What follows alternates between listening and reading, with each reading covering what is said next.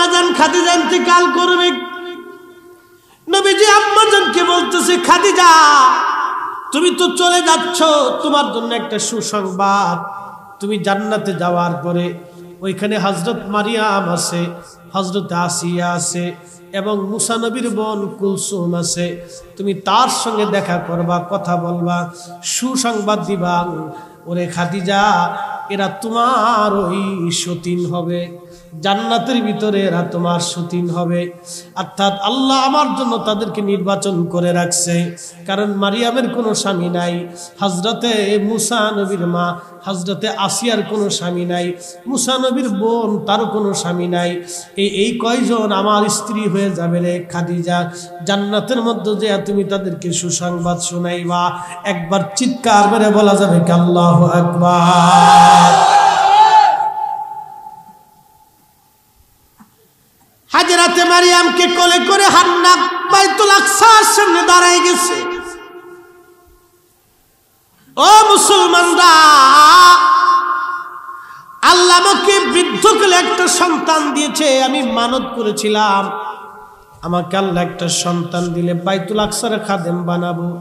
চাইছিলাম ছেলে, আল্লাহ দিছে মেয়ে। আল্লাহ মেয়ে দিয়ে আমাকে ওহী করেছেন, ইলহাম করেছেন। ছেলেরা কোনো ক্ষেত্রে মেয়েরা ছেলেদের চাইতে কোনো অংশে কম হয় না। আমার এই মেয়েটাকে আপনারা কবুল করে নেন, বাইতুল আকসার খাদেমা বানায় নেন। তখন হযরত জাকারিয়া বললেন, মারিয়াম, হান্না আপনি আমার আত্মীয়, মারিয়াম আমার ভাগ্নি, অর্থাৎ মারিয়ামকে আমার দায়িত্ব দিয়ে দেন। অন্যান্য যারা ছিল তারা বলল, না, আপনি মারিয়ামের দায়িত্ব নেবেন কেন? মারিয়ামের দায়িত্ব আমরাও চাই। সবাই মারিয়ামকে চায়, কিন্তু হযরতে হান্না পড়ে গেলেন বিপাকে। আল্লাহ হযরত জাকারিয়ার কাছে ওহী করলেন, জাকারিয়া রে, সবাই তো আমার মারিয়ামকে চায়, কিন্তু তুমি এখন একটা কাজ করো, লটারি করো, লটারি করে দেখো, যার কলম পানির মধ্যে তোমরা নিক্ষেপ করো। আরে জাকারিয়া, তোমরা যে কলম দিয়ে তোমরা তাওরাত কিতাব লেখো, ওই তাওরাত কিতাবের কলমখানা তোমরা নদীর মধ্যে ছেড়ে দাও। যার কলম ভাসতে ভাসতে উজানের দিকে চলে যাবে, যার কলম ভাসতে ভাসতে উজানের দিকে চলে যাবে, তার দায়িত্বটা আমার মরিয়মের দায়িত্ব তার কাঁধেই যাবে।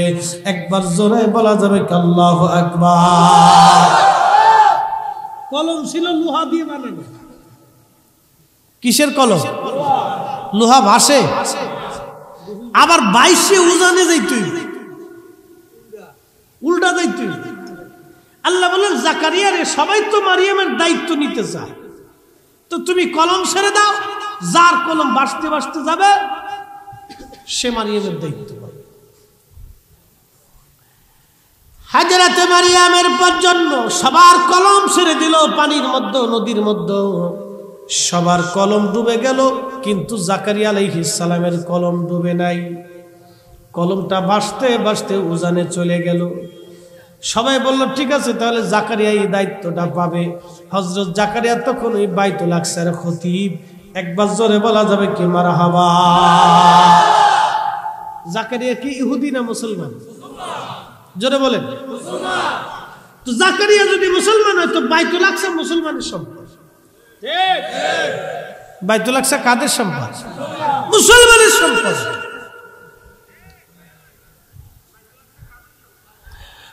নবীর উম্মত খুবই মনোযোগ দিয়ে শুনিয়া যান। হযরত মারিয়াম আলাইহিস সালামের দায়িত্ব দেয়া হলো জাকারিয়ার কাছে। উনি মসজিদের এক পাশে সুন্দর করে একটা মেহরাব বানাইলেন, হুজরা। এইখানে মারিয়ামকে রাখা হলো।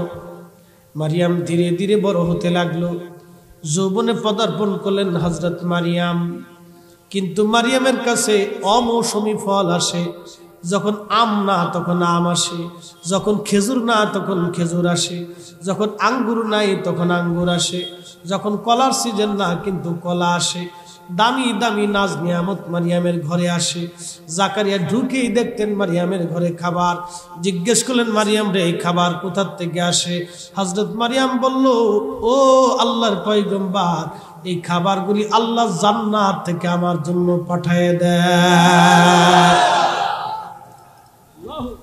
কোথা থেকে আসে? জান্নাত থেকে আমার জন্য আল্লাহ খাবার পাঠায়। আল্লাহ খাবার পাঠায়, ওই সেই ফিলিস্তিন বাইতুল আকসা, যে মসজিদ নিয়ে আজ বিরাট বড় মারামারি। বাজান মুসলমান, ওই অঞ্চলের মানুষ হযরত মারিয়াম আলাইহিস সালামের বংশধর, হযরত ঈসা রুহুল্লাহর বংশধর, হযরত মুসা কালিমুল্লাহর বংশধর। তাদের রক্তধারা ওই মানুষের ভিতরে আছে। এজন্য দেখবেন ওই দেশের নারীদের আলকাত্তা সোনু পাউডার মাখার লাগে না, এমনি সুন্দর। আর আমরা দেশের মেয়েরা এই যে আলকাত্রা মাখায় তারপর সুন্দর হয় না।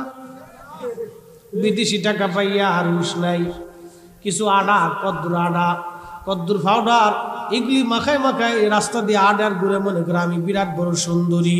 শয়তান হাসে আর কয়, খালা রে তুই যতদিন আছিস আমার আর কোনো চিন্তা নাই। শয়তান হাসে, খালা তুই যতদূর আসছ আমার আর চিন্তা নেই।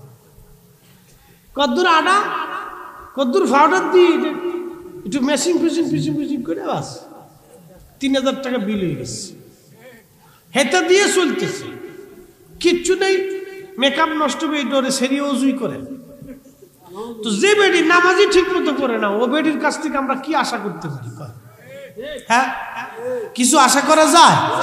কিচ্ছু আশা করা যায়, কোনো কিছু আশা করা যায়। ফিলিস্তিনের এক বেড়া মিষ্টি খাওয়াইতেছে, জিজ্ঞেস করলে মিষ্টি কেন খাও? আমার সব ছেলে শহীদ হয়েছে, একটা মাত্র বেশি হয়েছে, ওই খুশিতে আমি মিষ্টি খাওয়াইতেছি। একসাথে বলবেন আল্লাহু আকবার। কলিজা কত বড় দেখেন তো, সব সন্তান শহীদ হয়ে গেছে, এই জন্য আমি খুশিতে মিষ্টি খাইতে, সব জান্নাতে চলে গেছে। সুবহানাল্লাহ, আসতে হইল না? আর আমরা হলে কি করতাম? ওই ভাগলেই দিতাম। কলজাটা দেখছেন কত বড় কলজা।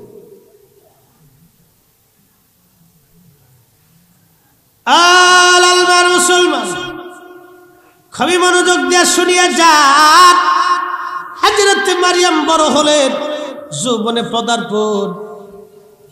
বাহির থেকে জাকারিয়া আলাইহিস সালাম তালা মেরে চলে যাইতেন। জাকারিয়া বৃদ্ধ হয়ে গেলেন, কোনো সন্তান হয় না। যখন খাবার আসতো ওই সময় জাকারিয়া আল্লাহর দরবারে হাত বাড়াইলো, আল্লাহ ও রব, এখন আমার বৃদ্ধ হয়ে গেছে, আমার কোনো সন্তান তুমি দেও নাই, তুমি আমার একটা সুসন্তান তুমি আমারে দিয়ে দাও। তখনই জিবরাইল এসে বলল, জাকারিয়া আপনার জন্য সুসংবাদ হচ্ছে, আল্লাহ আপনাকে একটা সন্তান দিবে, তার নাম ইয়াহইয়া। একবার জোরে বলা যাবে কি মারহাবা? হযরত ইয়াহইয়া আলাইহিস সালাম এবং ঈসা আলাইহিস সালাম দুইজন খালাতো ভাই ছিলেন। কোন ভাই? খালাতো ভাই। মনোযোগ দেন, খুবই মনোযোগ দিয়ে শুনিয়ে যান। হযরত ইয়াহইয়া আলাইহিস সালাতুস সালামকে আল্লাহ সুসংবাদ দিলেন, কিন্তু ইয়াহইয়া আলাইহিস সালাম তিনি কখনো বিয়ে করেন নাই। মনোযোগ দিয়ে শুনে যান। হযরত ইয়াহইয়া আলাইহিস সালামের সুসংবাদ জাকারিয়াকে আল্লাহ পাক দিলেন, তখন উনি বৃদ্ধ হয়ে গেছেন, বুড়া হয়ে গেছেন। আল্লাহ তখনই তার সন্তান দিলেন। ও মুসলমান, হযরত মারিয়াম আলাইহিস সালাতু ওয়াস সালাম, হযরত মারিয়াম আলাইহিস সালাম ঘরের মধ্যে থাকেন, বাহির থেকে তালা মেরে জাকারিয়া চলে যান। একদিন হঠাৎ করে জিবরাইল আলাইহিস সালাম আসছে, মানুষের সুরত ধরে আইসা জিবরাইল আলাইহিস সালাম সামনে দাঁড়ায় রইছে। এমন সময় মারিয়াম আলাইহিস সালাম অন্দর মহল থেকে ভিতরের মহলে আসার জন্য, অন্দর মহল থেকে বাহিরে আসার জন্য দরজা খুলছেন। এমন সময় দেখে একটা যুবক সামনে দাঁড়ানো। হযরত মারিয়াম বলে, আল্লাহর বান্দা তুমি আল্লাহকে ভয় করো, আমার সামনে আসবে না, সাবধান, পৃথিবীর কোন পুরুষ আমাকে স্পর্শ করে নাই। একসাথে জোরে বলবেন কি আল্লাহু আকবার। কত বড় পবিত্র ছিলেন দেখেন, পৃথিবীর কোন পুরুষ আমাকে স্পর্শ করে। এই যুবক আমার সামনে আসবে না, এই যুবক আমার কাছে আসবে না, পৃথিবীর কোন পুরুষ আমাকে স্পর্শ করে না, সাবধান। জিবরাইল আলাইহিস সালাম কয়, মারিয়াম ভয় পেয়ে না, আমি মানুষ না, আমি আল্লাহর ফেরেশতা জিবরাইল। কি লেগে আইছে? আপনাকে এক পবিত্র সন্তান দেওয়ার জন্য আসছি। বলে সন্তান কি করে হবে, আমার তো বিয়ে হয়েছে না। বলে বিয়ে হওয়া লাগবে না, কুন ফায়াকুন, মালিক যেইভাবে হয়, যেইভাবে বলে সেইভাবেই সন্তান আসবে। একসাথে জোরে বলবেন না মারহাবা। সন্তান কি আমরা দেই না আল্লাহ দেয়? সন্তান কি কোনো পীরে দেয় না আল্লাহ দেয়? সন্তান কি কোনো ওলি দেয় না আল্লাহ দেয়? আল্লাহ সন্তান দেয়, বাজেট করে আল্লাহ, কিন্তু উসিলার দরকার আছে বাজান। আল্লাহর ওলিরা হলো উসিলা, আল্লাহর ওলিদের দুয়ার প্রয়োজন হয়। অনেক মানুষ আছে আল্লাহর বাজেটে তার কোনো সন্তান নাই, কিন্তু আল্লাহর ওলিদের দুয়ার কারণে আল্লাহ তার বাজেট করিয়া আল্লাহ তার জন্য সন্তান নির্বাচন করে দুনিয়াতে দিয়ে দেয়। আল্লাহর ওলিরা হলো উসিলা, আল্লাহর ওলিদের দুয়ার বড় প্রয়োজন। এ মুসলমান খুব মনোযোগ দেন, সন্তান আল্লাহ দেয়, দুনিয়ার মধ্যে যা কিছু আছে সব আল্লাহ দেয়। আল্লাহ ছাড়া আর কোনো রব নাই, আল্লাহ ছাড়া আর কোনো মালিক নাই, আল্লাহ ছাড়া আর কোনো খালিক নাই, আল্লাহ ছাড়া আর কোনো রহমান নাই, আল্লাহ ছাড়া আর কোনো রাজ্জাক নাই, আল্লাহ ছাড়া আর কোনো রহিম নাই, আল্লাহ ছাড়া আর কোনো গফফার নাই, আল্লাহ ছাড়া আর কোনো গফুর নাই, আল্লাহ ছাড়া আর কোনো কারিম নাই, আল্লাহ ছাড়া আর কোনো সত্তার নাই, আল্লাহ ছাড়া আর কোনো জব্বার নাই। কথা কোন ঠিক না বেঠে? যিনি রিজিক দেন সে মালিকের নাম আল্লাহ, কোনো সন্দেহ? সমুদ্রে একটা তিমি মাছ 110 মণ খাবার খায়, 27 টন। 27 টন খাবার ও এক বেলা খায়। একসাথে বলবেন আল্লাহু আকবার। কত টন? 27 টন খাবার ও এক বেলা খায়। 27 টনটা কত বড় একটু চিন্তা করেন তো। একটা বিরাট বড় লরি, বিরাট বড় একটা ট্রাকের ভিতরে 27 টন মাল থাকে, বিরাট বড় একটা লরি।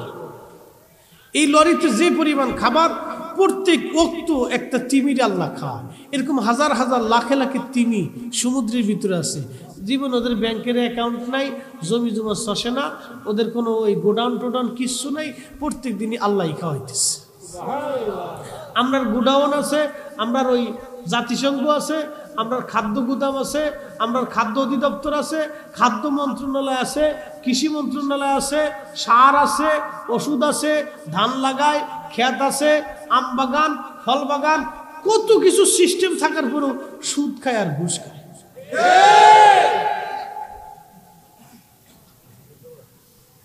মানুষ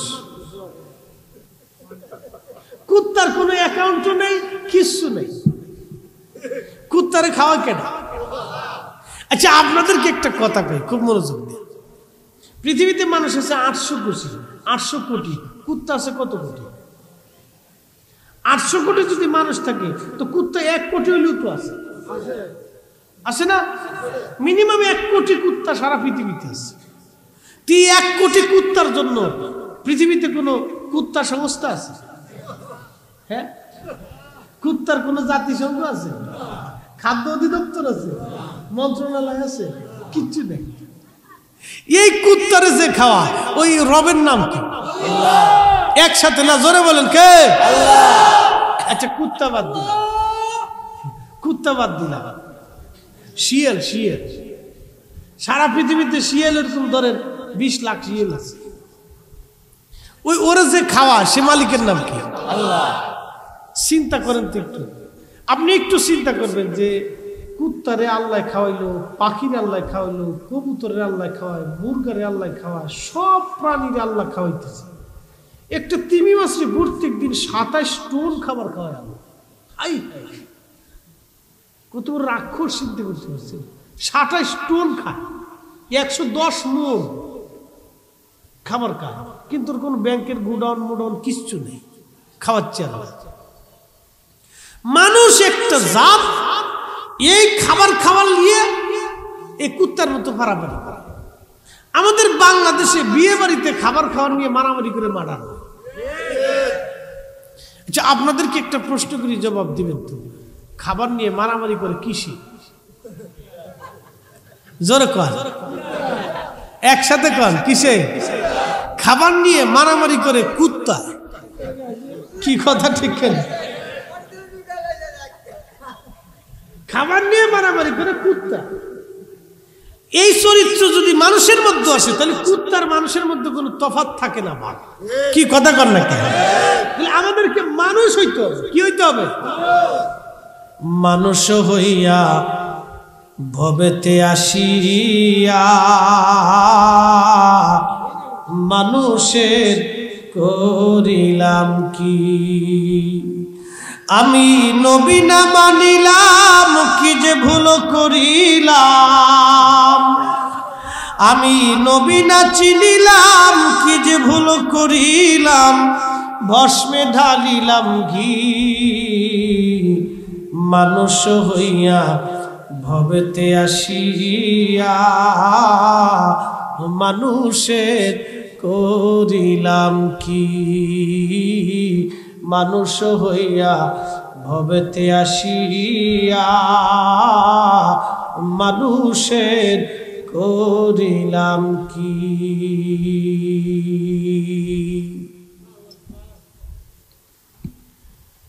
লাল মায়ের মুসলমান খুবই মনোযোগ দিয়ে শুনিয়া যান।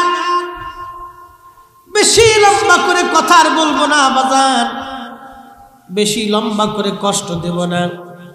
একটু বসবেন, কথাগুলি শুনে যাবেন। এই বাইতুল আকসা নিয়ে কথা বলছিলাম এই জন্য, এটা মুসলমানের সম্পদ, এটা ইহুদিদের কোনো সম্পদ না। এই বাইতুল আকসাকে কেন্দ্র করে আর আজ পৃথিবীতে দুইটা দলে বিভক্ত। সারা পৃথিবী দুই ভাগে বিভক্ত হয়ে গেছে। মুসলমানরা একটা দল হয়ে গেছে, আবার মুসলমানদের ভিতরে কেউ কেউ আছে ইহুদিদের দালালি করতেছে। ওরা যতই দালালি করুক না কেন, ওরা সব কয়টা দাজ্জালের সৈনিক, আর আমরা হলাম ইমাম মাহাদির সৈনিক। কথা কোন ঠিক কিনা?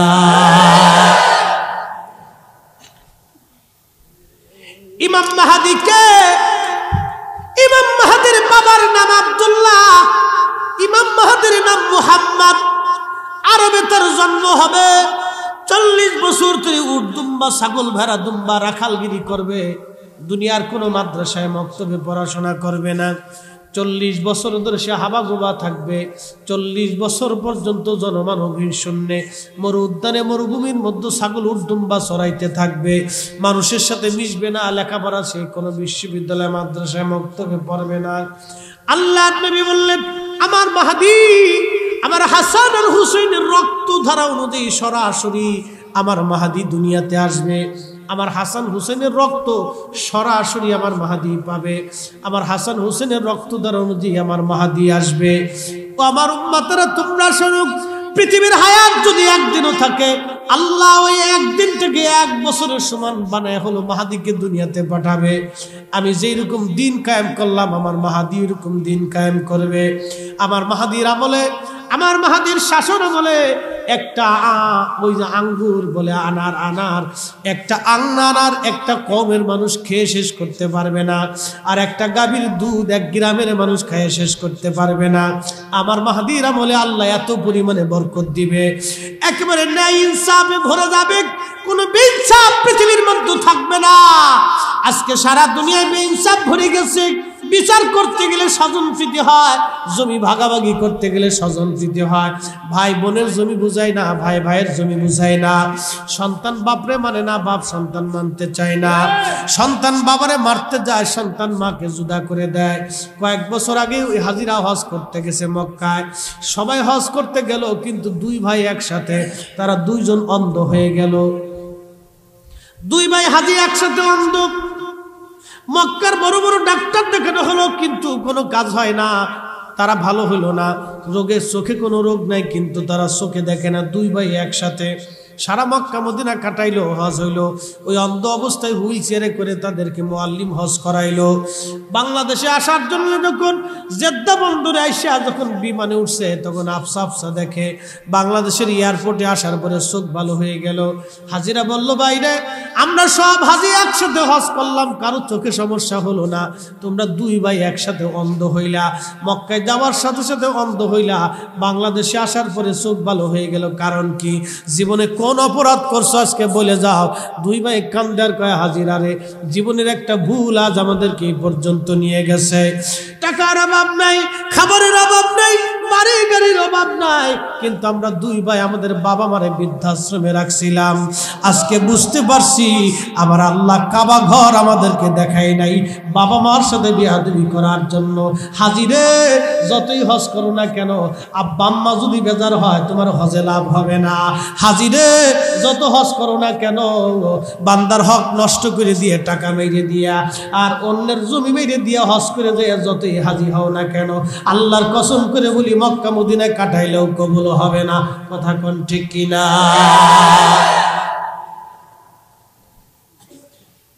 মাঝে মধ্যে আমরা দেশে যে কিছু গম চোর, আলু চোর বের হয়, হঠাৎ করে আলুর দাম বাড়ছে, হঠাৎ করে পেঁয়াজের দাম বাড়ছে। ভোক্তা অধিদপ্তর খুব চিন্তা, কি হঠাৎ করে বাড়ে, এ কোন বুথে দাম বাড়ে, কারণটা কি? খুঁজে খুঁজে দেখে কিছু দুষ্কৃতিকারী ব্যবসায়িকরা হঠাৎ করে সিন্ডিকেট করে দাম বাড়ায় ফেলাইছে। কি কথা ঠিক কিনা? সব ঠিক আছে, কিন্তু মালের দাম বেড়ে গেছে। সিন্ডিকেট করে বাজারে কৃত্রিম সংকট সৃষ্টি করে দিয়ে ওরা দাম বাড়ায় দেয়। দাম বাড়ায় দিয়ে আমাদের পকেট থেকে কোটি কোটি টাকা ওরা নিয়ে চলে গেল রাতারাতি। এর ভিতরে অনেক হাজি সাবু আছে, বিরাট বড় হাজি, সাদা জুব্বা সাদা পাগড়ি বাইন্দে সেন্দে মক্কায় যায়, উরে সর্বনাশ তসবি টিপতেছে। শয়তানে হাসে, তার বাপ রে বাপ, চাচা কত বড় বুজুর্গ। শয়তানে হাসের করে চাচা কত বড় বুজুর্গ রে। চাচা 60 বছরে যা চিন্তা করছে আমি 9 লক্ষ বছরে এত চিন্তা করছি। শয়তানে হাসের আমি 9 লক্ষ বছরে ওই চিন্তা মাথাতে আসে না। ও 60 বছরের জীবনে যা চিন্তা করে ফেলছে। এই অবস্থা চলতেছে। ওয়াজ কাকে শোনাবে? কেউ ওয়াজ শুনবে বলেন? আমার দেশের হাজার হাজার যুবক মারে খাইতে দেয় না। কি কথা কর না, বাপরে গালি দেয়। কত দেখবে না বাপকে গালি দেয়। অনেক বৃদ্ধ লজ্জা শরমে সমাজের কাছে বলতে পারে না, লজ্জায় মাথা নত করে থাকে, শরম পায় বলতে। মাকে গালি দিচ্ছে সন্তান। আহা, কত নিকৃষ্ট জাত, মানব জাতি এত নিম্নতম আসতে পারে কল্পনাও অতীত হয়ে গেছে। ও মুসলমান, ওয়াজ তো শুনে গেলে হবে না, নিয়ে যেতে হবে। যে মাটির উপরে আজ বসা, কাল সেই মাটির নিচে ঘর হবে, সেই মাটির নিচে জায়গা হবে। একদিন মাটির ভিতরে হবে ঘর যে, মন আমার কেন বান্ধ দালান ঘর, মন আমার কেন বান্ধ দালান ঘর। ও মুসলমান, এই গ্রামে এলাকায় কত মানুষ কবরে চলে গেছে, আর কোনোদিন তারা ফিরে আসে নাই। আগামী দিন আমাদের পালা, আমরা কবরে চলে যাব, আর ফিরে আসব না। আমাদের পালা, আমাদের পরে আমাদের পরবর্তী জেনারেশনের পালা। নতুন মানুষ আসবে, আবার কবরে চলে যাবে, আবার নতুন মানুষ আসবে, আবার কবরে চলে যাবে। কেউ যাবে, কেউ থাকবে, কেউ আসবে, কেউ যাবে, এইভাবে শুধু চলমান হবে। দুনিয়াতে কেউ থাকার জন্য আসি নাই। কি নিয়ে যাবেন, কি নিবেন আপনি, একটু চিন্তাও আপনি আমি করি নাই। নিব কি, এই চিন্তা আমি আপনি করি নাই। দুইটা জিনিস নেওয়া লাগবে, 1 নম্বর ঈমান, 2 নম্বর আমল। 1 নম্বর ঈমান, 2 নম্বর আমল। 1 নম্বর ঈমান, 2 নম্বর আমল। এই দুইটা জিনিস ছাড়া কবরে গেলে মহা বিপদ। এই দুইটা জিনিস ছাড়া কবরে গেলে মহা বিপদ। ওয়ালা তামুতুন্না ইল্লা ওয়া আনতুম মুসলিমুন। মুসলমান না হয়ে কবরে আইসো না, মুসলমান হয়েই কবরে যাওয়া লাগবে। আসলামতু লিরাব্বিল আলামিন। মুসলমান কাকে বলা হয়? যিনি আল্লাহর কাছে নিজেকে সম্পূর্ণ পর্যস্ত করে দেয়, সাপর্দ করে দেয়, নিজেকে আল্লাহর রাহে যিনি বিলীন করে দেয়, তিনি মুসলমান, তিনি মুসলমান, তিনি মুসলমান। আমাদের নামাজ, আমাদের জীবন, আমাদের কুরবানি, আমাদের হায়াত আমাদের মরণ, আমাদের যা কিছু আছে সব কিছু হবে কার জন্যে? সব কিছু আল্লাহর জন্য আমরা করব, কিন্তু আমরা আল্লাহর জন্য করি না।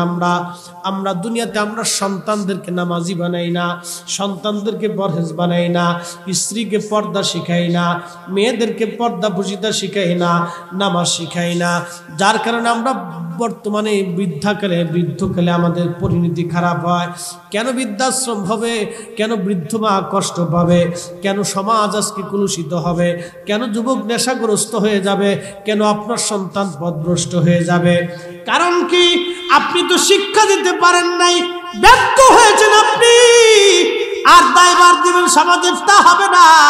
আপনি ব্যর্থ হয়েছেন, আপনার সন্তান পালনে জন্ম দিয়েছেন কিন্তু কোরআন শিখান নাই, হাদিস শিখান নাই, তাকে তালিম তরবিয়ত দেন নাই, আদব লেহাজ শিখান নাই। আমাদের অনেক ছেলেরা এখন বেয়াদব, তারা আদব বুঝে না। মুরব্বি দেখলে সালাম দেয় না, মুরব্বি দেখলে রাস্তা খুঁজে দেয় না, মুরব্বি দেখলে চেয়ার ছেড়ে দেয় না। কি কথা বল না? হাজার হাজার চার দোকানে যাবে, মুরব্বি বসে বসে কাকা উঠে চা খাওয়াইছে চলে যায়। আর যদি মুরব্বি রিক্সাওয়ালা দিন মজুর হয় তো মানুষই মনে করে, মানুষই মনে করে।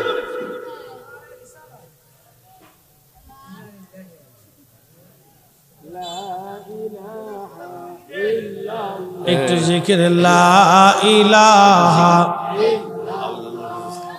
লা ইলাহা ইল্লাল্লাহ। আচ্ছা, লা ইলাহা ইল্লাল্লাহ, লা ইলাহা দিল তো জিন্দা হইবে না। আল্লাহ আল্লাহ রে মন আল্লাহ কর জপনা। আল্লাহ আল্লাহ আল্লাহ আল্লাহ আল্লাহ।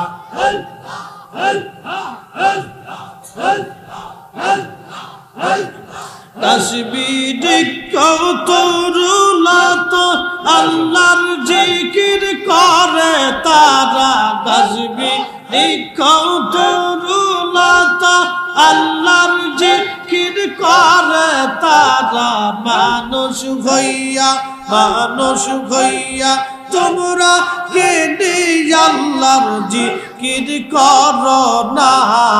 আল্লাহ আল্লাহ রে মন আল্লাহ করো জপনা।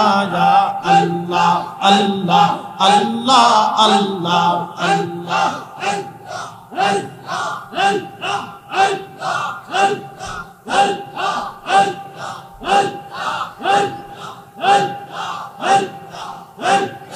আসমান জমিন গ্রহ তারা আল্লাহ জিকির করে তারা।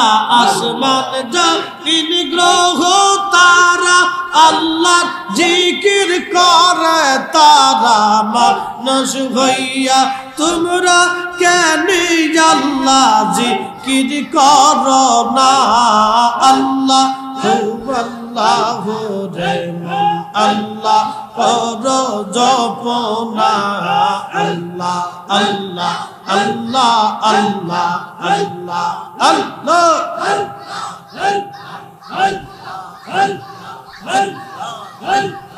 আল্লাহর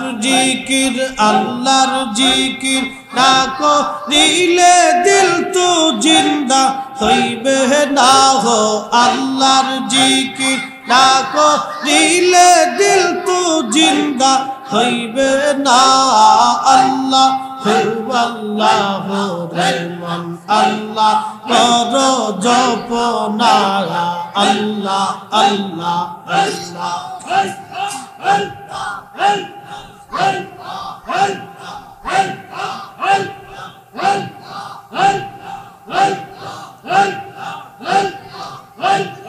আইসো ভাবে যাইতে হবে বেবি কেন ভাবনা। আইসো ভাবে যাইতে হবে বেবি কেন ভাবনা। আদম ফরিদি ভেবে বলি আল্লাহর জিকির ভুইল না আদম ফরিদি ভেবে বলে আল্লাহর জিকির সাইর না আল্লাহ আল্লাহ রে মন আল্লাহ কর জপ না আল্লাহ আল্লাহ আল্লাহ আল্লাহ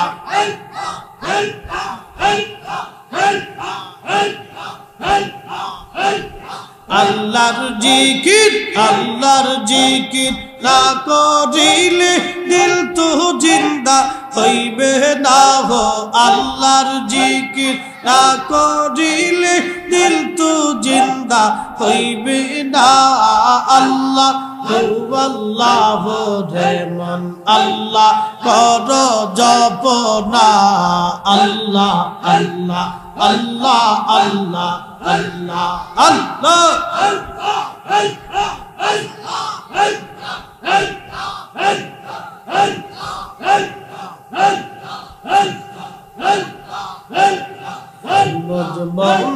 রে ডুবলো বেলা দেখনা চাহিয়া আল্লাহ আল্লাহ পর পারের ডাক পড়িলে পর পারের ডাক পড়িলে পার হবি তুই কি দিয়া ওরে পার হবি তুই কি দিয়া ডুবলো বেলা দেখনা চাহিয়া আল্লাহ আল্লাহ আল্লাহ আল্লাহ আল্লাহ আল্লাহ আল্লাহ আল্লাহ আল্লাহ সাদের জীবন হেলায় হেলায় শেষ হইতে চলিলা নামাজ রোজা জিকির ফিকির কিছুই না কি হইল রং তামাশায় দিন কাটাইলা রং তামাশায় দিন কাটাইলা আল্লাহ তালাশ করলা না তোমরা আল্লাহর জিকির করলা না ডুবলো বেলা দেখনা চাহিয়া আল্লাহ আল্লাহ আল্লাহ আল্লাহ আল্লাহ আল্লাহ আল্লাহ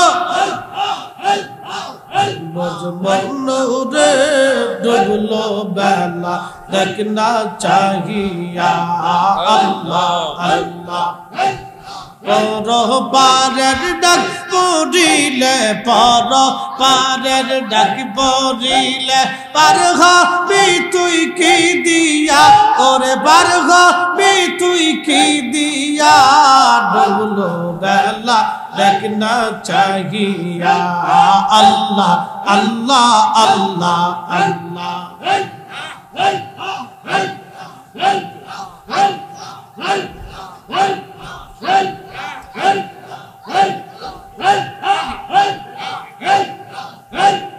নবীর কালেমা নামাজ রোজা পথের সম্বল করিয়া সামনে চল রে ও বুঝ মন রে আল্লাহ আল্লাহ বলিয়া নবীর কালেমা নামাজ রোজা পথের সম্বল করিয়া সামনে চল রে ও বুঝ মন রে আল্লাহ আল্লাহ বলিয়া আল্লাহ বিনে নাই রে উপায় রাসূল বিনে নাই রে গতি দেখছো নিমুল ভাবিয়া ওরে দেখছো নিমুল ভাবিয়া ডুবলো বেলা দেখনা চাহিয়া আল্লাহ আল্লাহ আল্লাহ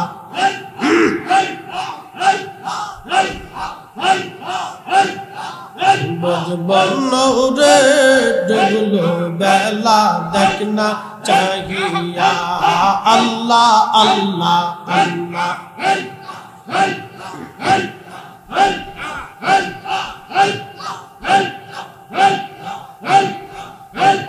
পর পারের ডাক পড়িলে পর পারের ডাক পড়িলে পার হবি তুই কি দিয়া ওরে পার হবি তুই কি দিয়া ডুবলো বেলা देखना चाहिए अल्लाह अल्लाह अल्लाह अल्लाह अल्लाह अल्लाह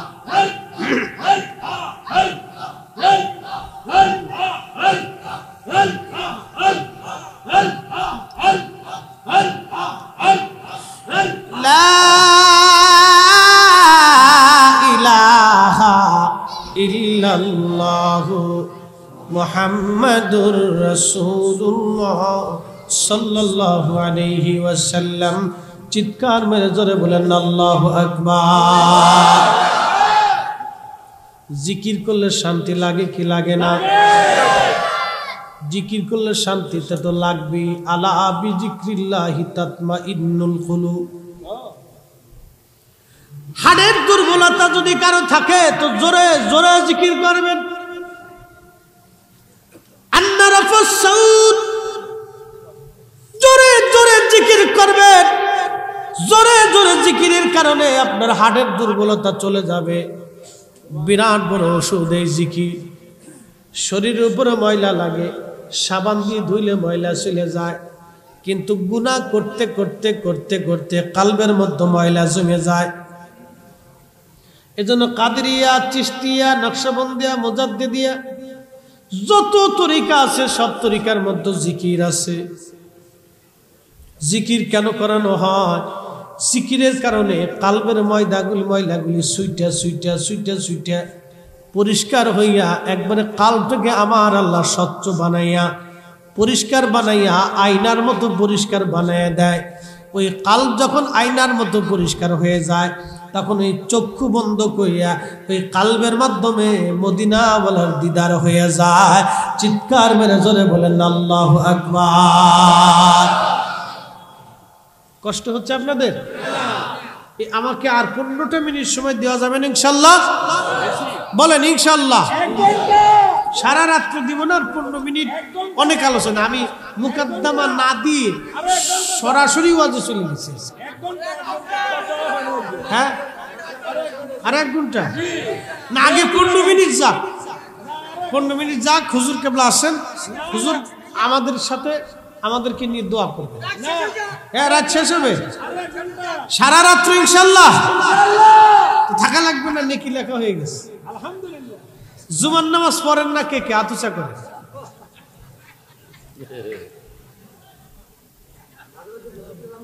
জুমা সবাই পড়ে? আচ্ছা, পড়লে আলহামদুলিল্লাহ। যারা জুমার নামাজ পড়েন তাদের জন্য একটা সুসংবাদ শোনাই। আল্লাহ কত বড় দেনেওয়ালা, কিন্তু আমরা নেনেওয়ালা না। আল্লাহ দিতে চায়, আমরা নিতে চাই। অ্যাটেনশন, 2টি হাদিস বলে আপনাদেরকে নিয়ে শেষের দিকে চলে যায়। জুমার নামাজের জন্য যারা রেডি হবে, প্রত্যেকদিন জুমার নামাজের জন্য গোসল করে, গোসল করে পাকসাপ হয়ে ভালো পোশাক পরে রওনা করে। গাড়িতে চড়ে না, হাইটে যাইতে। আল্লাহর নবী বলেন, আমার উম্মত জুমার নামাজ পড়ার জন্য যারা পায়ে হেঁটে রওনা দিয়ে মসজিদে যায়, চুপচাপ যাইয়া ইমাম সাহেবের সামনে বসে খুতবা শুনে খুব ভদ্রতার সাথে জুমার নামাজ আদায় করে মসজিদ থেকে বের হয়ে চলে আসে। পায়ে হেঁটে গেল, পায়ে হেঁটে আসলো। প্রত্যেক কদমে কদমে আমার আল্লাহ ওই বান্দার আমল নামায় 1 বছরের নফল নামাজ এবং 1 বছরের নফল রোজার নেকি আমার আল্লাহ বান্দার আমল নামায় লিখে দেয়। কত বছর? আল্লাহ খুব কিপটে। জোরে কর, আল্লাহ অনেক বড় দয়াবান। প্রত্যেক কদমে কদমে 1 বছরের নফল নামাজ, 1 বছরের নফল রোজা। তাও নফল নামাজ 1 ঘন্টা পড়লেন আর 1 ঘন্টা চালেন, এরকম না। 24 ঘন্টা নফল নামাজ পড়লে যে সওয়াব, সারাদিন রোজা রাখলে যে সওয়াব, 1 বছরের 365 দিনে যত সওয়াব হয়, প্রত্যেক কদমে কদমে আল্লাহ নেকি লিখে দেয়। একবার জোরে বলা যাবে কি আল্লাহু আকবার। এই যে আপনারা আজ মাহফিলে বসছেন, মাহফিলে বসলেন আপনারা, অনেকেই বসছে, অনেকে আবার চিন্তা করলো না কালকে অফিস চলে যাই, অনেকেই চলে গেছেন অনেকের আবার চিন্তা না, তাবারক যেহেতু নাই তার বসে থেকে লাভ নাই। কি কথা কর না কেন? উচিত কথা বাপরেও ছাড়তে হয় না। অনেকের চিন্তা তাবারক নাই তাহলে লাস্টে থাইকে লাভ নেই, যাইগে এদের দোয়ার দরকার নাই, কারণ এদের দোয়া লাগে না। আবার অনেক আছে দোয়া মানেই না। কি কথা কর না কে? যারা দোয়া মানে না, দোয়া করে না, এরা আর এক প্রকারের কপাল পোড়া বদনসিব। বাজানো খুব মনোযোগ দিয়ে শুনিয়া যান। আমরা মাহফিলে বসলাম, লাভটা হইল কি? ইন্না রাসূলুল্লাহি সাল্লাল্লাহু আলাইহি সাল্লাম খারাজা আলা হালকাতিন মিন ইয়ানিয়া সাহাবিহি। আল্লাহর নবীজি এক মাহফিলের পাশ দিয়ে যাচ্ছেন। মাহফিল কারা করতেছে? সাহাবীরা মাহফিল করতেছে। সাহাবীরা এরকম মাহফিল করতেছে, নবীজি ধরেন এরকম রাস্তা দিয়ে নবী হাঁটে হেঁটে যাচ্ছেন। ইন্না রাসূলুল্লাহি সাল্লাল্লাহু আলাইহি ওয়াসাল্লাম খারাজা আলা হালকাতিন ইয়ানি মিন সাহাবিহি। আল্লাহর নবী সাহাবীরা জলসা করতেছিলেন, মাহফিল করতেছে। এই মাহফিলের পাশ দিয়ে নবীজি হেঁটে হেঁটে যাচ্ছে। এমন সময় আল্লাহর নবী বলেন, ও সাহাবীরা, মা জালাসনাকুম, তোমরা কি জন্য এইখানে বসছো? তোমরা এই যে সম্মেলন করলা, জলসা করলা, মাহফিল করলা, তোমরা বৈঠক করলা, হালকায় বসে গেছো, এই কি জন্য তোমরা এই হালকায় মাহফিলে বসছো? কারণ কি? সাহাবীরা বলতেছে, ইয়া রাসূলুল্লাহি নাদউল্লাহি ওয়া নাহমাদুহু, আমরা আল্লাহর জিকির করতেছি আর আল্লাহর হাম করতেছি, আল্লাহর গুণকীর্তন করতেছি।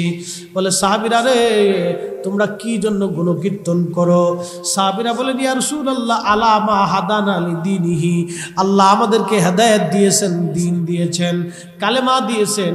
আমরা আগে পথভ্রষ্ট ছিলাম, জীবন্ত কন্যা সন্তান কবর দিতাম, নারীদেরকে উলঙ্গ কাবা শরীফে তাওয়াফ করাইতাম, আমরা নারীদের কোনো সম্মান দিতাম না, আমরা নিজেরাও অর্ধলঙ্গ থাকতাম, আমরা জেনা করতাম, মিথ্যা বলতাম, মানুষ হত্যা করতাম, চুরি ডাকাতি করতাম, খুন খারাপি করতাম। হুজুর, আপনি দিন এনে আমাদেরকে উপকৃত করলেন, আমরা দিন পাইলাম। এই দিন পাইয়া আলামা হাদানা লিদীনিহি, আমরা দিন এবং হেদায়েত পাওয়ার কারণে ওয়া মান্না আলাইনা বিকা, ওয়া মান্না আলাইনা বিকা, আর আপনি নবীর মতো মহা নিয়ামত আল্লাহ আমাদের মাঝে পাঠাইছে। কোন নিয়ামত?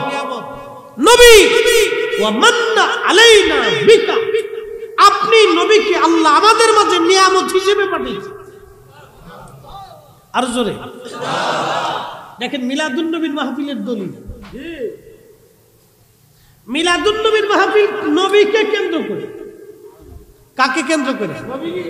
নবীকে কেন্দ্র করে। নবী আসছে, এই খুশিতে আমরা মাহফিল দিই। কি কথা কন না কেন? সাহাবীরা মাহফিল দিচ্ছে, ওয়া মান্না আলাইনা বিকা, আপনি নবী আমাদের মাঝে আল্লাহ নিয়ামত হিসেবে পাঠিয়েছে, এই জন্য আমরা মাহফিলে বসে গেছি। আমাদের ওই মাহফিলটাও নবী পাওয়ার কারণে। কথা বলেন ঠিক কি না? আচ্ছা, ডিসকানেক্ট। ও কারেন্ট তো চেঞ্জ করে দেন, চলবে? হ্যাঁ, ঠিক আছে। সাহাবীরা বলে, ইয়া রাসূলুল্লাহি ওয়া মান্না আলাইনা বিকা, আপনি নবীকে আমাদের মাঝে আল্লাহ নিয়ামত হিসেবে পাঠাইছে, সেই জন্য আমরা জিকিরে বসছি, হামদে বাড়ি তাআলা মাহফিল সাজাই দিছি। আল্লাহর নবী বললেন, সাহাবীরা তোমরা কসম করে বলো, তোমরা কি শুধু এই কারণে বইছো না অন্য কোনো কারণ আছে? আমরা যারা মিলাদুন নবীর মাহফিল দেই, নবী পাইয়া যারা খুশিতে মাহফিল সাজায়, তারা চেয়ারম্যান মেম্বারের জন্য মাহফিল সাজায় না, দুনিয়ার কোনো মোহের জন্য তারা মাহফিল দেয় না, তারা মূলত আল্লাহ এবং তার নবীকে খুশি করার জন্য মাহফিল সাজায়। নবী বললেন, সাহাবীরা তোমরা কসম করে বলো, তোমরা কি এই কারণে মাহফিল দিছো না অন্য কোনো কারণ আছে? সাহাবীরা বললেন, আল্লাহি ইয়া রাসূলুল্লাহ, আল্লাহর কসম করে বলি, আমাদের আর কোনো উদ্দেশ্য নাই, শুধু আপনি নবী পাইয়া আর দ্বীন ও হেদায়েত পাইয়া আমরা মাহফিল সাজাইছি।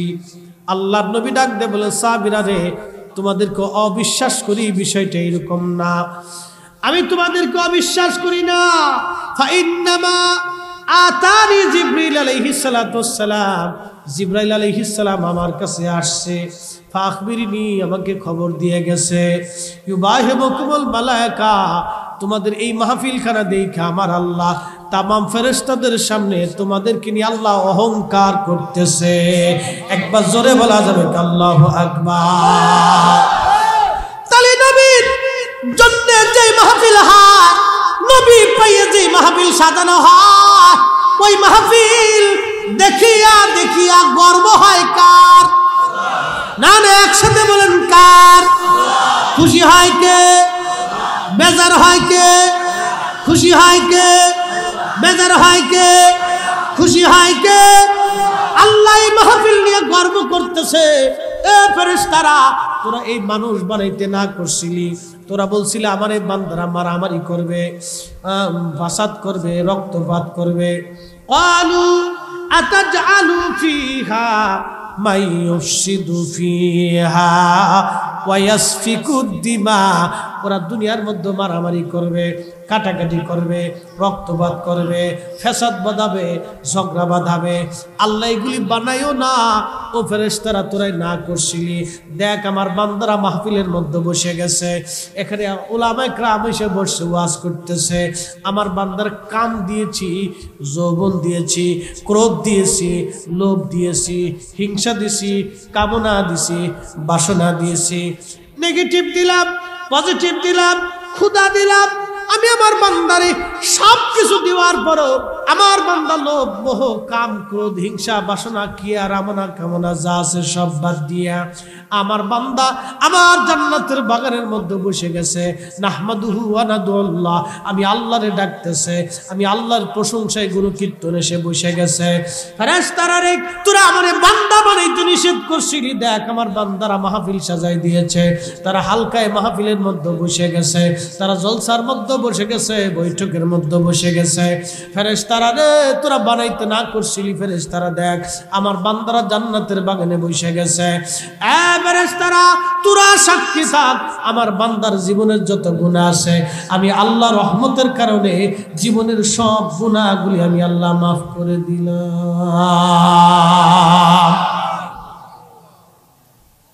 তাহলে মাহফিলে বসে লাভ হয়েছে না লস হয়েছে? যারা চলে গেছে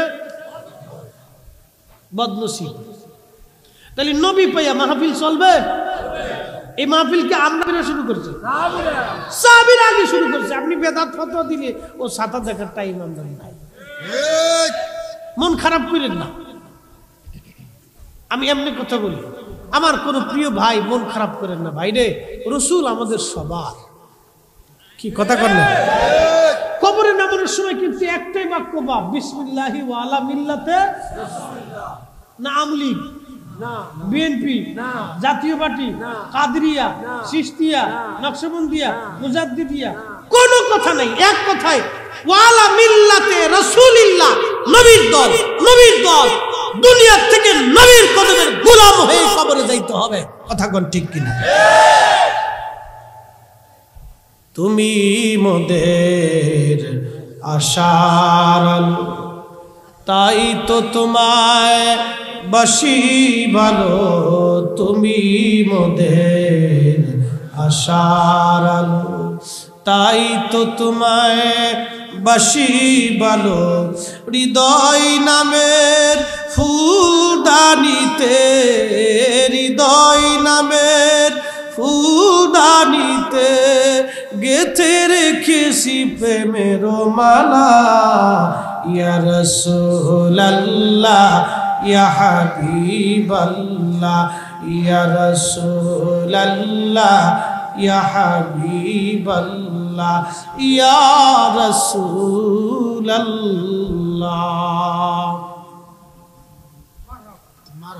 এজন্যই মাহফিল আসতে হবে, মাহফিলে বসা লাগবে। আমার দেশের কত সবর করে শয়তান দেখেন। কিছু কথা বলতেছি, একটু মনোযোগ দেন, মাত্র 10টা মিনিট বুঝে যাওয়াটা দরকার।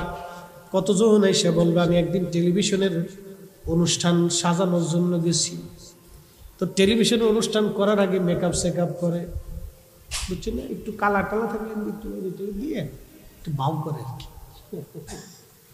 মেকআপ টেকআপ করে আমরা বসাইছে। বসানোর পরে অনুষ্ঠান করার আগে একটু রিহার্সাল। যিনি উপস্থাপনায় তিনি বললেন যে আমাদের দেশেই যে দলবদ্ধভাবে দোয়া হয়, মানুষ মরে গেলে দোয়া করা হয়, গ্রামের মানুষ দাওয়াত করা হয়, উলামা একরাম দাওয়াত করা হয়। আমার পাশে যিনি বিশেষজ্ঞ বক্তা, তাকে জিজ্ঞেস করলো এই বিষয়টা আপনি কিভাবে উপস্থাপন করেন। ভদ্রলোক বলতেছে যে আমরা কেন মানুষ ভাড়া করে দোয়া করবার যাব? কথা বুঝছেন? মানুষ ভাড়া করে আমরা দোয়া করবার যাবো কে? ছেলের দোয়ায় কবুল হয়ে যায়, মানুষ ভাড়া করার দরকার কি? হুজুর ভাড়া করার দরকার কি? আমি বললাম হুজুর আপনি থামেন, আর কথা বাড়ায়েন না। আপনার কথার হইল না হুজুর। আলেমদেরকে মানুষ এই জমিনে সর্বোচ্চ সম্মান করে। আলেম আর সাধারণ এক হতে পারে না। আলেম আর সাধারণের তফাৎ আল্লাহ নিজে দিয়েছে। এদেশের প্রত্যেকটা মানুষ তার ভালো বাড়ির ভালো খাবারটা আলেমদের জন্য বরাদ্দ করে। কি কথা কন না কে? ঠিক কিনা? ভালো বিছানাটা আলেমের জন্য বরাদ্দ করে, বাড়ির ভালো খাবারটা আলেমের জন্য বরাদ্দ করে। একটা তলবে আলেমকে একটা মা খাওয়ায়, ওই ছেলেটা তার অনেক দুইটা সন্তান থাকে, ওই মহিলা চিন্তা করে আমার ছেলে খাক বা না খাক, ওই তলবে আলেম আমার বাড়ি খাইয়া মাদ্রাসায় পড়াশোনা করে, এই ভালো ডিমটা ওই ছেলেটাকে খাওয়াইতে হবে, ভবিষ্যতে আলেম হবে, আমার জন্য দোয়া করবে। এখন এমন আলেম হইল, আলেম হইয়া দোয়াই মানে না। কি বাবা আমি খারাপ কথা বলতেছি? কিতা আলেম হইল দোয়াই মানে না? তো যেটা আলেম হইছে দোয়া মানে না, এটা আলেম দিয়ে কি হবে? কি কথা কি খারাপ কইছি আমি?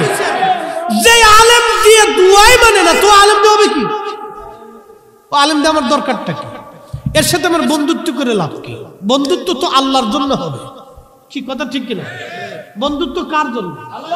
তো আল্লাহর জন্য যদি বন্ধুত্ব হয়, তো বন্ধু করে দেওয়ার পরে বন্ধুর জন্য বন্ধু দোয়া করবে। এখন যে দোয়ায় মানেই না, সে দোয়া কোন সময় করবে? আর তার সাথে আমার বন্ধুত্ব করে লাভ কি? তারা খাওয়াই আমার লাভ কি? কি কথা খারাপ বলছি আমি? যদি আমার কোথাও অযৌক্তিক হয় তাহলে বলেন যে মুফতি সাহেব কোথাও অযৌক্তিক। দলিল আমাদের বুড়ি বুড়ি আছে। আমি আপনাকে যুক্তি দিয়ে বোঝাচ্ছি যে আমার সাথে আপনি বন্ধুত্ব করছেন, হুজুর কেবলার সাথে আমার মহব্বতের সম্পর্ক।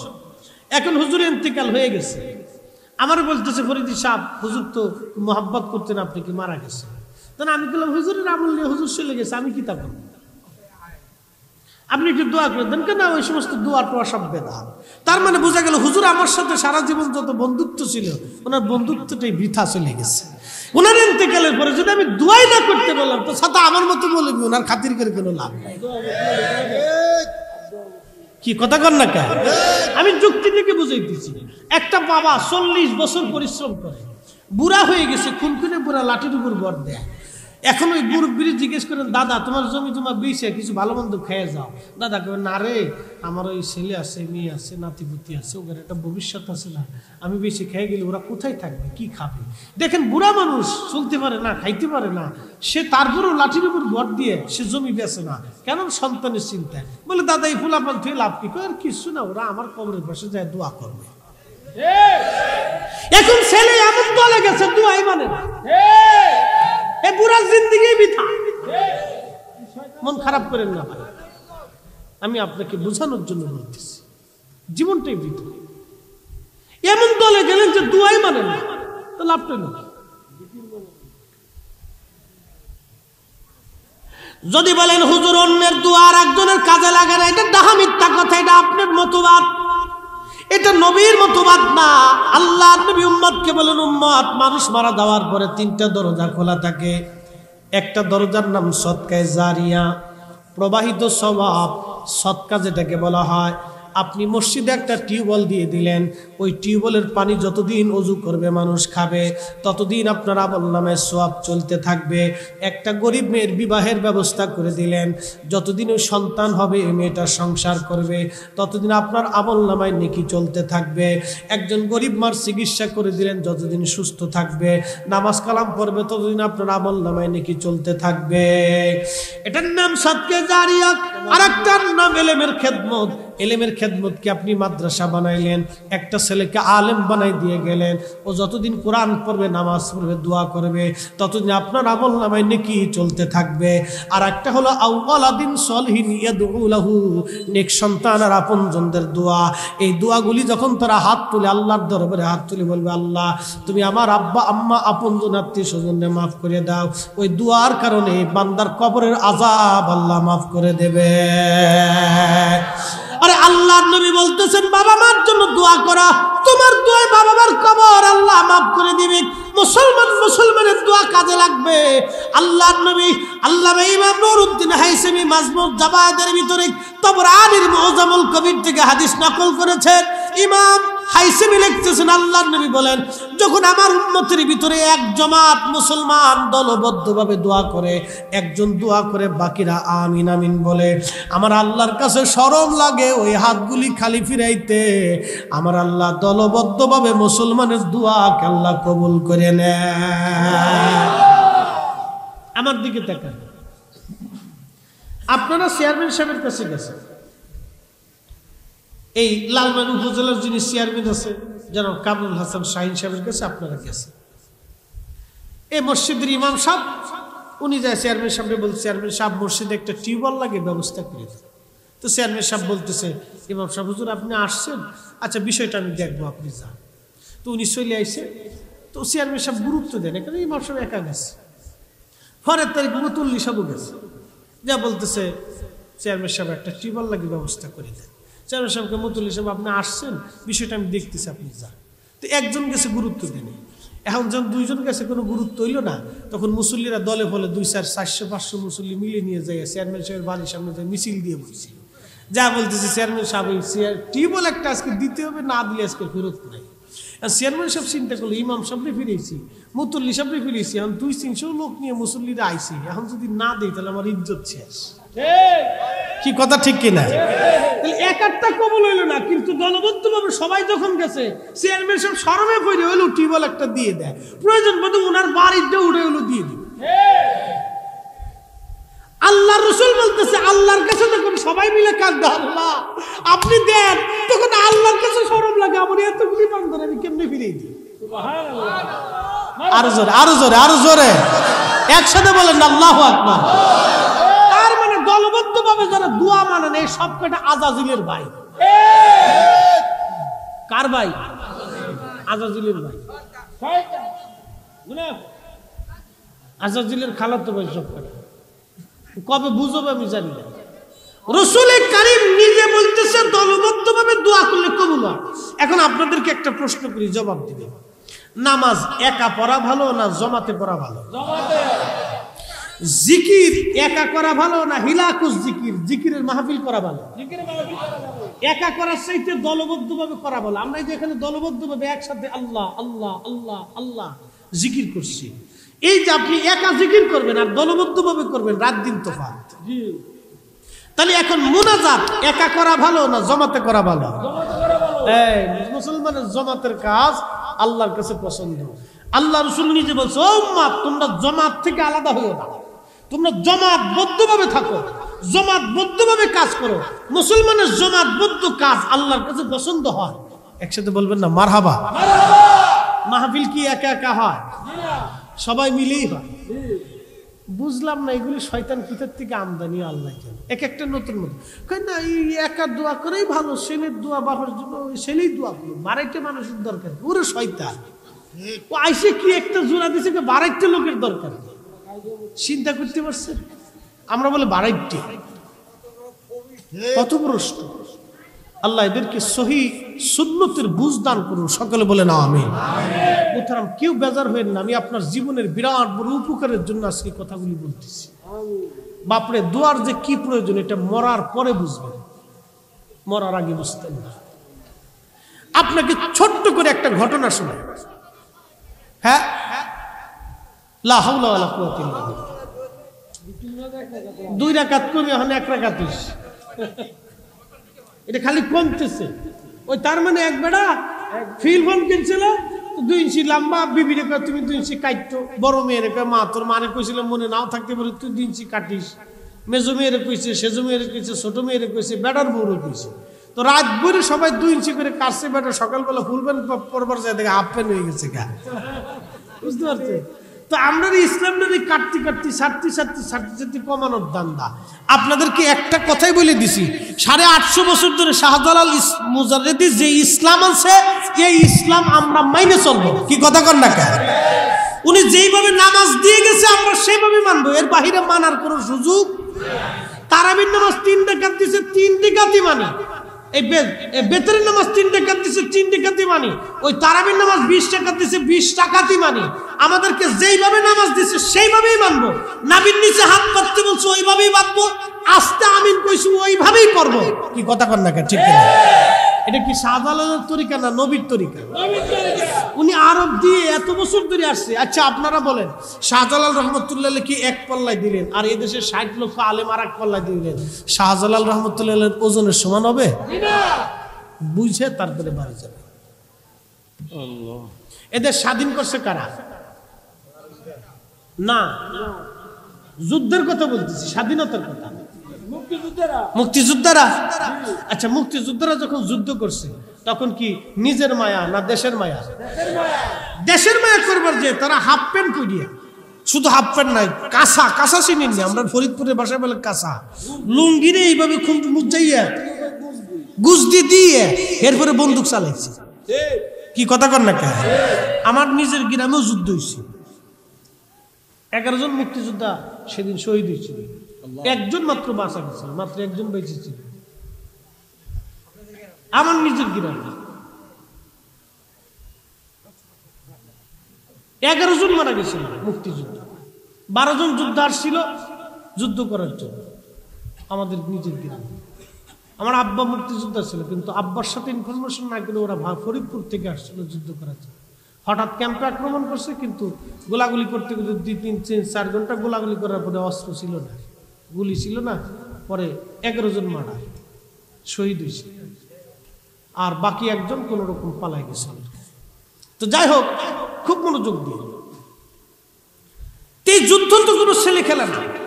যারা ওই সময় জীবন দিছে তারা দেশের জন্য প্রকৃত দেশপ্রেমিক। কি কথা কন না কেন? মানে এমন দেশপ্রেমিক যে হৃদয়ের ভিতরে দেশের ভালোবাসা ছাড়া আর কিচ্ছু ছিল না, যার কারণে তারা জীবন দিছে। যুদ্ধ কিন্তু কোনো ছেলে খেলা না, এটা পুতুল খেলা না, আর গেম খেলা না, ফুটবল আর ক্রিকেট খেলা না, এটা অরিজিনাল। মোরা একটি ফুলকে বাঁচাবো বলে যুদ্ধ করি, মোরা একটি ফুলকে বাঁচাবো বলে যুদ্ধ করি, মোরা একটি মুখের হাসির জন্য অস্ত্র ধরি।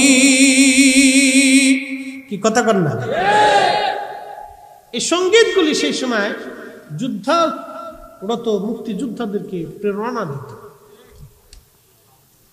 দেশের প্রেমে পরিবার ভুলে যে, সন্তান ভুলে যে, নিজের জীবনকে ভুলে মুক্তিযোদ্ধারা জীবন দিয়ে দেশ স্বাধীন করে গেল। বাজান, আপনি যেই দল করেন না কেন, মুক্তিযোদ্ধারা কোনো দলের না, আমি মনে করি তারা দেশের, তারা প্রকৃত দেশের এবং দেশের সূর্য সন্তান। এক কথাই শেষ। এই জমিনে আজকে আমরা যারা আসছি, মন সাজাইছেন বিদায় আমি ওয়াজ করে গেলাম, চিল্লে ফাল্লায় গেলাম, কিন্তু এই মন সাজানোর আগে হযরত নূর মোহাম্মদ নিজামপুরী রহমাতুল্লাহ আসছিলেন। হুজুর কেবলার দাদার দাদা পীর ছিলেন তিনি নূর মোহাম্মদ নিজামপুরী রহমাতুল্লাহ।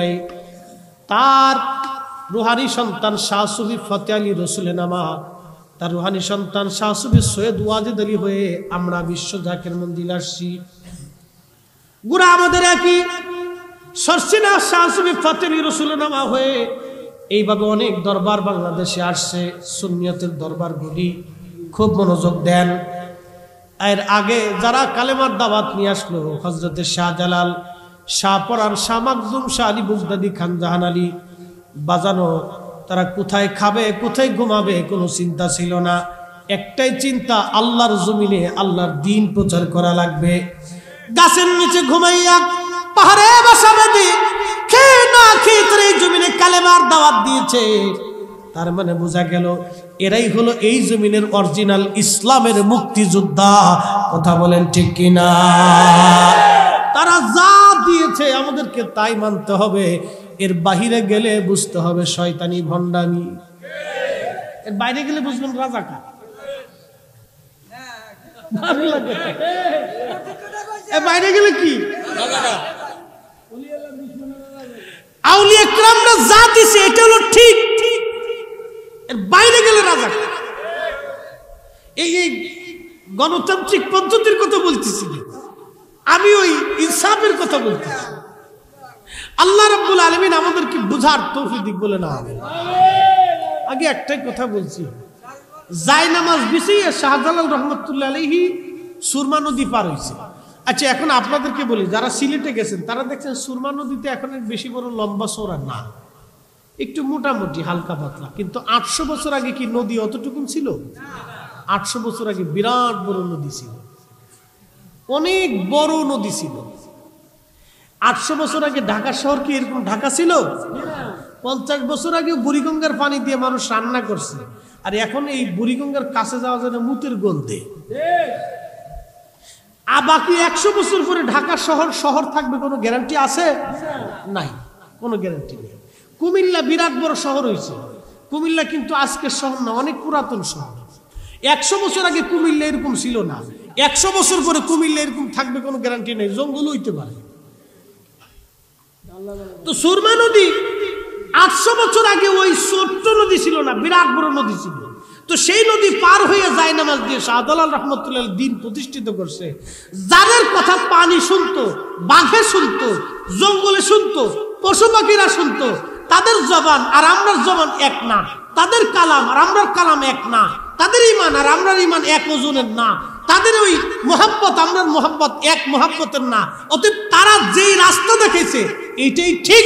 এখন বর্তমানে যারা মসজিদে ভেজাল বাঁধাইছে এই সবগুলো বেঠিক। বুঝে তারপরে কবরে যাবে। আল্লাহ আমাদের প্রত্যেকের বুঝার তৌফিক দিক, সকলে বলে না আমিন। লম্বা কথা বাড়াবো না মোহতারাম, দুনিয়ার থেকে সবাই চলে যাব, দুয়ার বিরাট বড় দরকার, অনেক বড় প্রয়োজন। বাপ জীবনে যে আমল করছি এটা দিয়ে আল্লাহর সামনে কিছু দিয়ে বলবো যে আল্লাহ মাফ করে দেন, এমন কোন যোগ্যতা আমাদের নাই। আছে কি জীবনে নামাজ করছি করেন তো এই নামাজ দিয়ে বলবো আল্লাহ মাফ করে দেন, এমন কোন নামাজ আমাদের হাতে নাই, এমন বুজুর্গিও আমাদের হাতে নেই, কিচ্ছু আমাদের নাই। এই জন্য আল্লাহর কাছে বেশিরভাগ ইস্তেগফার দোয়া করা ছাড়া আর কোনো রাস্তা নেই। আল্লাহ আপনি মাফ করে দেন, আল্লাহ আপনি ক্ষমা করে দেন, আল্লাহ আপনি আমাদের দেন, রব্বানা যালামনা আনফুসানা, এছাড়া আমাদের আর কোনো রাস্তা নাই। হুজুর কেবল আমাদেরকে নিয়ে দোয়া করবেন, আল্লাহ আমাদের প্রত্যেকের কবুল করুন। আসেন নবীজিকে দাঁড়ায় সালাম জানাই, ইয়া নবী সালাম আলাইহি।